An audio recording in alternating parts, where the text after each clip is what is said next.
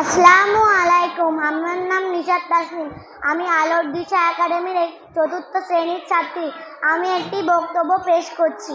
শ্রদ্ধেয় প্রধান শিক্ষক, সম্মানিত শিক্ষকবৃন্দ ও আমার প্রিয় সহপাঠীরা, সুপ্রভাত ও জয় হিন্দ জানাই সবাইকে। আজ আমরা এক মহৎ ও গৌরবময় দিনে একত্রিত হয়েছি। আজ 15ই আগস্ট, স্বাধীনতা দিবস।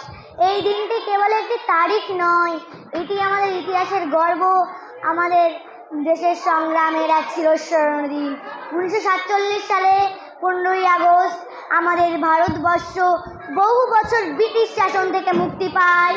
এই স্বাধীনতা আমাদের উপহার দেন মহাত্মা গান্ধী, নেতাজি সুভাষচন্দ্র বসু, ক্ষুদিরাম বসু, ভগৎ সিং, মাতঙ্গিনী হাজরা, রানী লক্ষ্মীবাই এবং হাজার হাজার বীর স্বাধীনতা সংগ্রামীরা।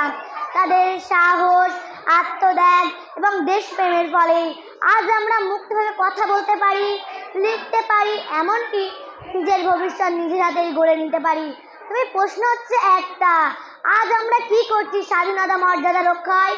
স্বাধীনতা মানে শুধু পতাকা ওড়ানো নয়, স্বাধীনতা মানে দায়িত্ব, একতা, পরিবেশ রক্ষা ও মানুষের প্রতি সম্মান। আমাদের ছোট ছোট কাজে পরিচ্ছন্নতা বজায় রাখা, সময়ে পড়াশোনা করা, প্রকৃতিকে ভালোবাসা, এই সবই আমাদের দেশকে আরও উন্নত করে তোলে। তাই আজকের দিনে আমাদের শপথ নেওয়া উচিত, আমরা সততার সাথে জীবন যাপন করব, একে অন্যকে শ্রদ্ধা করব, জাতি, ধর্ম, বর্ণ নির্বিশেষে আমরা আমাদের দেশকে আরও সুন্দর, সবুজ, শিক্ষিত করে তুলব। আমাদের প্রতিটি কাজেই যেন দেশপ্রেম প্রতিফলিত হয়, এটাই হোক স্বাধীনতা দিবসের আসল অর্থ। একটি দেশ তার নাগরিকদের মতনই মহান হয়।